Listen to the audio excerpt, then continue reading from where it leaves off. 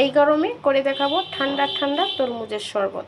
আর এই শরবতটা বাচ্চারা খেতে কিন্তু খুব পছন্দ করবে, বিশেষ করে ছোট থেকে বড় সবাই পছন্দ করবে যদি ঠান্ডা ঠান্ডা এই শরবতটা বানিয়ে দেন আপনারা বাচ্চাদেরকে।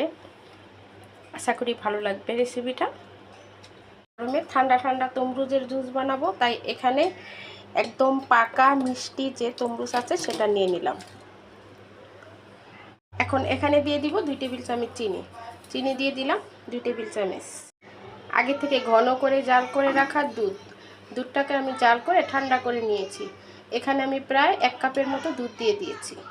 এখন এটাকে ব্লেন্ডারে ব্লেন্ড করে নেব। ব্লেন্ডারে ব্লেন্ড করে নিয়েছি, এখন গ্লাসে পরিবেশন করে নেব।